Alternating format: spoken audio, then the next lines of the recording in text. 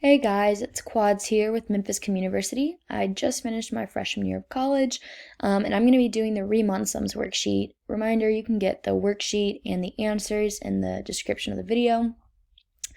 And before we get started on the actual sheet, I kind of want to give an overview of what Riemann sums are. So if you remember what an integral is, it's the area under a curve. So like if this is our curve function, you find the area under it.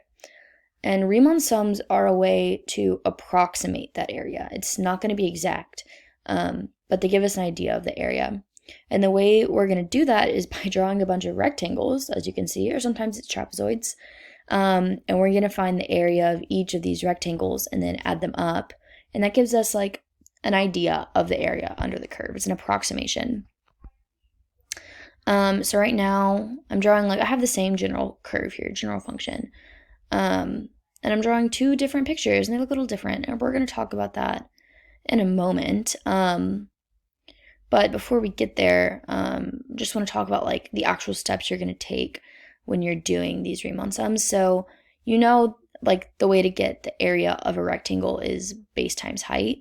And so you're going to take the base, which is this distance, the difference in the two x's. If this is an axis here, and you have 1, 2, 3, 4. This is 1, and that's 2. 2 minus 1 is 1. So that would be the width of your base. So it's a difference in x's for the base, and then it's base times height. So how do we get the height? The height is going to be some y value, right? Because this is our height. So how do we get the y value? Well, before we get there, we need to take a look at these two different Riemann sums for the same curve. So this is a left Riemann sum, and this is a right Riemann sum. And it basically is which x value are we using, which endpoint are we using to get the height, to get the y value. So on the left Riemann sum, we use the left x value, and we do f of x for that value, and we get the height. And so then we're just going to multiply base times height of the left endpoint. For the right Riemann sum, we're using the height according to the right y value, or the right endpoint, which gives us then a y value here. And they're going to give different answers because they both approximate the area, but neither one is exactly right, so they're going to be a little different. We'll talk about that a little later. But basically, what you need to remember is base times height. That's difference in x's for the base, and the height is going to be a y value, a function value of one of the endpoints, depending on what the question is asking for. So Riemann sums are actually just a really easy topic. You're literally just adding numbers and multiplying numbers. It's just a function of remembering which ones go where. Are you doing a left endpoint? Doing a right endpoint?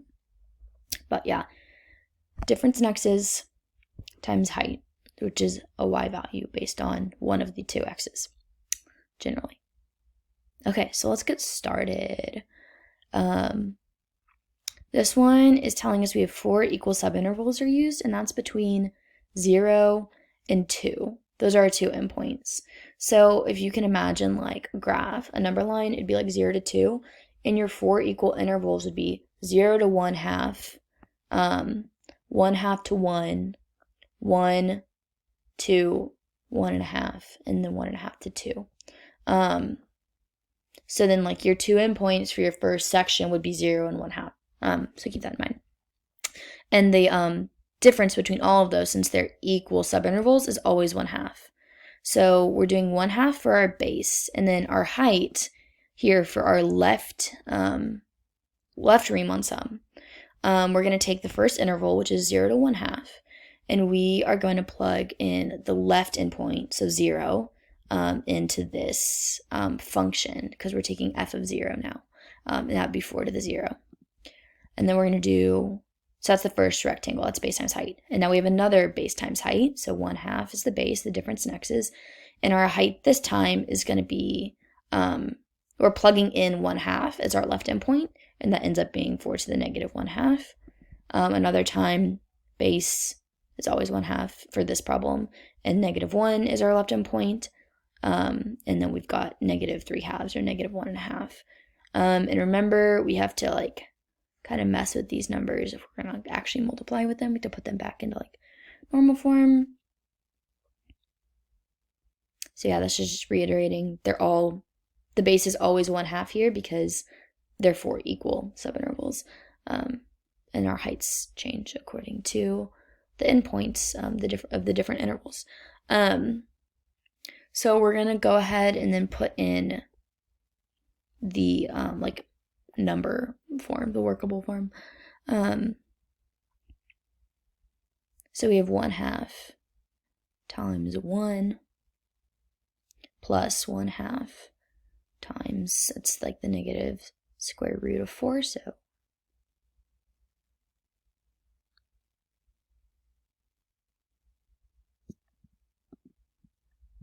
or sorry, I said that wrong, not the negative square root of 4, but 1 over the square root of 4. So I have 1/2 times 1/2 plus 1/2 times 1/4, because that's 1 over 4 to the first.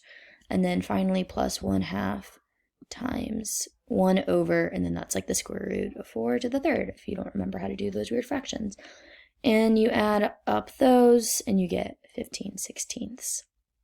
And that's the left Riemann sum answer. That's our approximation of the area. And now we're going to do it with the right Riemann sum. So our bases are the same, because again, it's still 4 equal subintervals of 0 to 2. But this time, the first endpoint is going to be 1/2, because again, it's 0 to 1/2. And so last time we were doing the left endpoint, so we use 0. This time we're doing the right endpoint, so we're going to use 1/2. And so we plug 1/2 into f of x, and we get 4 to the negative 1/2, which is just 1/2 because it's 1 over the square root of 4 again. And then we're going to do plus 1/2 as our base, our difference in x's, times our y value. This time we're looking forward to the negative 1 for the 1/2 to 1 interval. So we take the 1, and then we do it again, and this time it's 1 to 3/2. So we take the 3/2, and the final one is 3/2 to 2. So our last one is 4 to the negative 2, which is, that it looks funky, it's 1 over 16. So our answer here is 15/32. So for number 2, we're given this nice little chart table thing. And we have our subintervals like broken down for us. It's kind of hard to see. Move my face. So we're looking from 3 to 15, and we have these 4 subintervals already set out for us. We're going to do both a left and a right Riemann sum.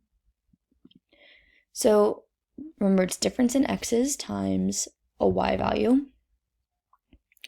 So this top row of the table is where we look for the difference in x's, because that's our x values. So our first interval is 3 to 4. And so we will look at the difference in those, which is 1. And then we're going to take the left endpoint. So these are our 2 y values. And we're only looking at the left one. So it's 1 times 2. Plus difference in x's is 2 for the next one. Times 5 is our left value for this set, as opposed to this set. Difference in x's is 5 times 4 is our left value. And then finally, our last difference in x's is 4 times 1. And that all added up and multiplied up gives us 36. And so now we're going to take the right Riemann sum.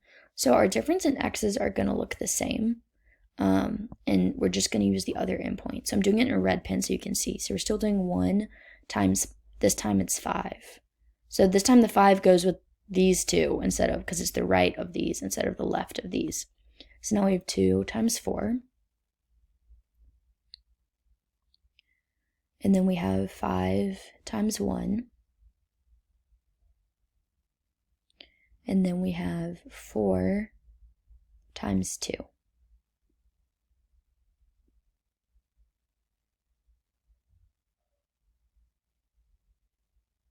And we'll add those up. And we get 26. So both of those, right, 36 and 26, are both approximations for the same area. because neither of them is quite accurate. So we got another chart. Same thing, we're going to take the difference in these x's, and we're going to multiply it times the left endpoint first. So we got 1 times -5. And then we have 4 times 1. Be careful with your signs here with subtraction. It's tricky. And then we have 3 times 0. And that gives us -1. And now we're going to go at it with the red pen for our right Riemann sum. Same difference, so it's still 1 up here. And this time we're multiplying it times this right endpoint. So it's 1 times 1, base times height. And then we have our base here is 4 still, but our height is 0. And then finally our base is 3 again, and this time our height is 6.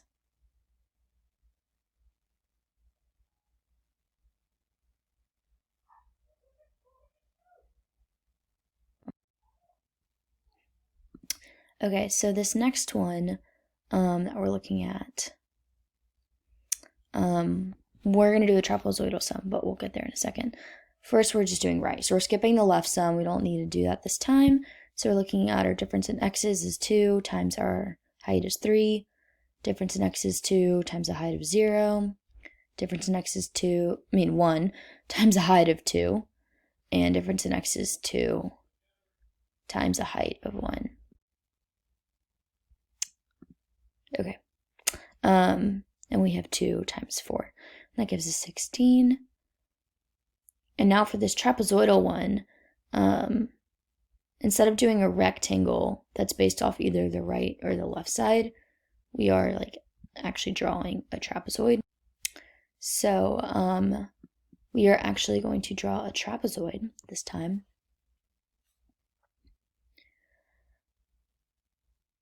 And if you remember how to get the area of a trapezoid, it's the average height times the base. So we're going to take the right and left endpoints, or the y value of them, and do an average. So the x is still difference of x, still 2. And this time we're just taking both these endpoints and we're doing 1 plus 3 divided by 2 for our average. So we have difference of x is 2, 3 plus 0 divided by 2. 1, and we have 0 plus 2 divided by 2.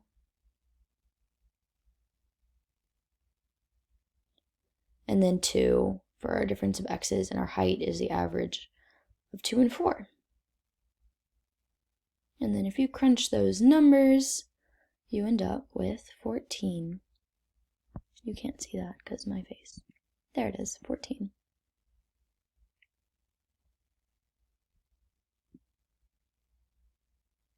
Okay. So this time we got a new one, and it's the midpoint. And we're looking for 2 equal subintervals, but it's 5 points. But we're doing a midpoint one. So this is a little funky. We're going to use this 1 to 5 interval and then a 5 to 9 interval because it's 2 equal intervals within 1 to 9. So that's a difference of 8. That's every 4.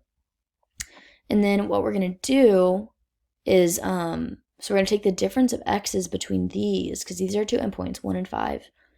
And then we're going to take the y value of their midpoint. We're not going to take the y value of the left or of the right. We're going to take the y value of the midpoint.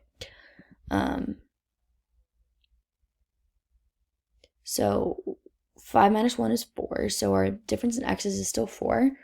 And then our y value is 3, and it's this 3, because that's the y value of this midpoint 3.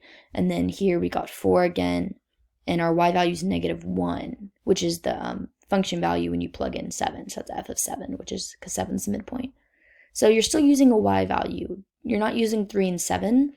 You're using the y values of... Okay, technical difficulties here. We're back. And for the left, we're using 4 subintervals. So we're just doing back to normal. So 2 times -2, 2 times 3, 2 times 0, and 2 times -1, that left endpoint.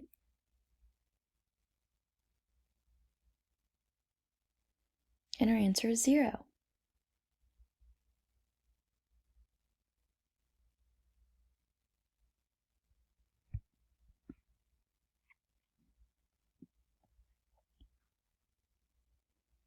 So we're looking at 4 equal subdivisions for 0 to 80 for a midpoint sum. So that's 0, 20, 40, 60, and 80 are our points. And then I'm kind of drawing arrows to the midpoints for each of these. So for this first one, our two endpoints are 0 and 20, so difference of x's is 20. Our midpoint is 10, and the y value of that is 4. 20, sorry, these two, 40 to 20. The second one is 40 minus 20, which is 20, and the midpoint is 30, so we're looking at 3. The fourth one, 40 to 20, so now we're doing 60 and 40, and our midpoint is 50, and our y value is 4. And then the last one, the midpoint between 60 and 80 is 70, and our y value is 7. And the difference of x's for all those is 20, because they're all equal subintervals. And 360 is our answer. So that's the midpoint one, and now we're doing trapezoid. So the trapezoidal one is also going to use 4 equal subdivisions. It's not asking us to do it for all 8 options. So we're still doing the same endpoints. So it's still 20 minus 0 is 20, and then we're doing 2 plus 6 divided by 2.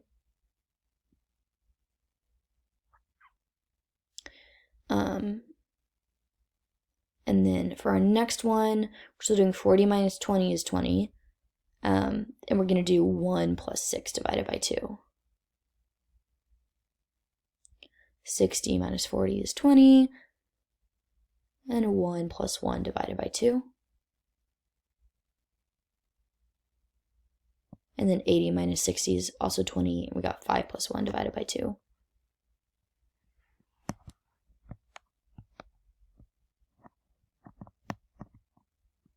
And we got 230 for our final answer. Okay, here we're talking about overestimating and underestimating the area under F. So if you remember my original pictures, I had the same curve, and we did one left Riemann sum and one right Riemann sum. And on one of the pictures, the rectangles went over the curve, so like the total area of those rectangles, so that Riemann sum would be like greater than the area under the curve, so it's an overestimation. And the other one, the area of the rectangles was less than the curve, so it's an underestimation. And that depends on what kind of curve we're using and if it's a left or a right Riemann sum. So that curve I used in those original pictures was a decreasing curve. So we had our left one overestimating here, and our right one underestimating. But that's not always true. It's not always left is overestimating and right is underestimating, because imagine if the curves were increasing. It would look a little different. It's switched. So we're just going to draw general functions to see what it would look like. That's an increasing curve, and we're just going to like draw one rectangle, and you can see here, when it's a left endpoint, it's underestimating. But when I go and do it from the right endpoint, it's overestimating.